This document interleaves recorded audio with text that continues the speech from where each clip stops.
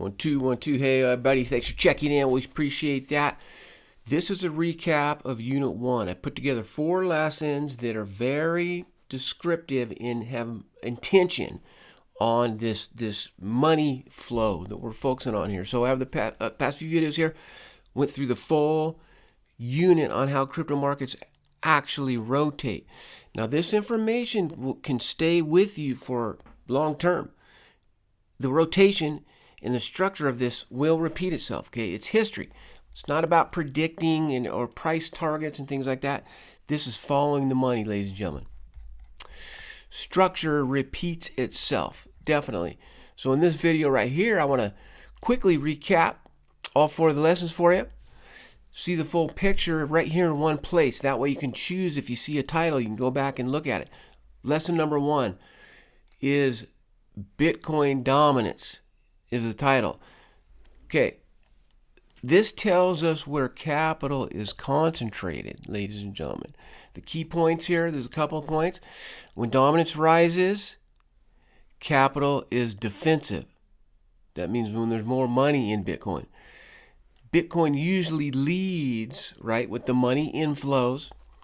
And then, leadership does not equal altcoin season.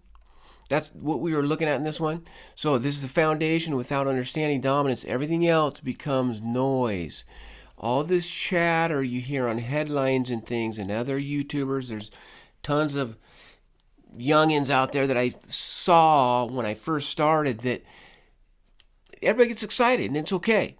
But it was kind of just noise and emotion and excitement. This money liquidity events is not nonsense. It's true structure.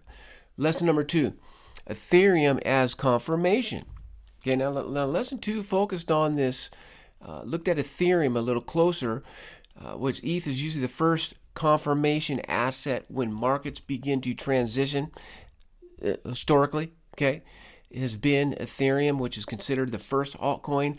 I almost consider Bitcoin and Ethereum to be the similar, like, highest market caps. It's not there yet, though. So the points that we did in lesson 2, if you're interested, it's the Ethereum versus Bitcoin charts matter more than the Bitcoin versus USD, which we usually look at as price. So I go into the other charts, a little bit confusing. I know you can understand it, though. Okay, 3rd bullet point. And again, confirmation does not equal speculation on this kind of on these lessons here. So Ethereum tells us whether confidence is improving, not whether everything is about to explode. It's just confirming things. Lesson 3. This is my favorite one. XRP as risk appetite signals. We got to really, XRP acted weird in the past during these bull market tops because of all these lawsuits. Hey, the lawsuits are gone.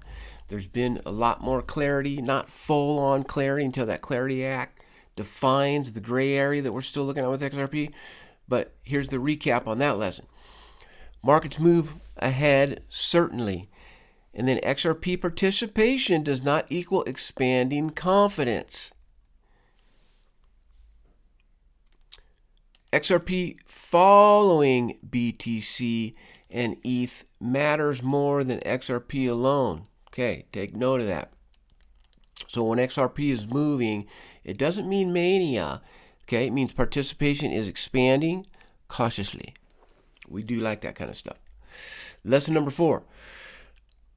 And the last one here is the alt season rally. When is the alt season rally, people? That's what we're all trying to figure out right here. We did see some of it. There was like a 20 or 30% lift up, but we want to see more, right? Okay. Key points in lesson 4. Alt season is a process, not a moment. Markets rotate in phases. This is where the patience come in. And most people chase the late stage moves. It's that FOMO that we talk about. Once things do start to move because of the structures lining up, that's when a lot of the money does start coming in. So take note of that as well. So by the time everyone agrees it's alt season, the easy opportunities are gone. We want to be savvy investors that have things in place prior to these events happening. Okay, so putting it all together, this is the framework I had on the money flow dominant schedule. So when you combine all four of these lessons, the framework starts to become a little more clear, people. I know it has for me upon my studies. So in summary, Bitcoin leads, then Ethereum confirms. We have XRP participation, hopefully. And then the alt season is selective. It's not this universal thing where you just start buying anything, because there's thousands and thousands of altcoins out there. So we got to be very selective and look at underlying. I like utility.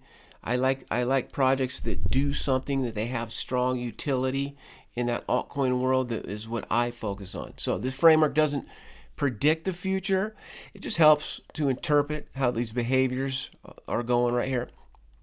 And then so why it matters moving forward, because markets change, but structure has a tendency to repeat. If you start understanding the structure of the money movement, it does repeat itself. Because when I went back and started, it's not exact, of course, it's just a structure that we have to look at. This means framework applies in bull markets, bear markets, and transition markets. Okay, so if you understand the structure, you don't need to react to these headlines that are emotional, right? We just have our things in place. We're more mature and just have a better sense of, I don't like timing the markets. We're not trying to time, but a better understanding of how markets move. Okay, that completes Unit 1, everybody. If this recap helped you right here, please give me that thumbs up. I will show you I'll put a playlist together so you can go on my channel and look at all four of these if you're interested. So now I'm getting excited because I already started penciling out Unit 2. It's going to focus on institutions, liquidity, and timing. Ooh, I did say timing, okay? Because that's where most people get lost with this kind of thing that I have learned, okay? So that's my conclusion for the Unit 1. Go back, look at them individually or all together. Do as you please. I will put, not on the end screen, you'll have to go into my channel if you want to do all four, but I'm going to put 1 and 2. Actually, the other way. Let's put 1 right here and 2 right there at the end of this here. That way you'll be able to get an idea to get it started and tie it together. I'm going to get better as I go forward, everybody, at defining these things, but most importantly, I'm going to put in a summary current market conditions as we go. As I go through these lessons, the current market situation I'm going to pull to see if it's lining up with what we're talking about with this particular structure. So, hey, like always, appreciate your time. Crypto Hop signing off. Enjoy the rest of your beautiful week out there, everybody. Try to distract your mind from any stressors in the world, because life is stressful as we all know it. We just want to try to stay focused. All right. Happy investing. Good luck. See ya.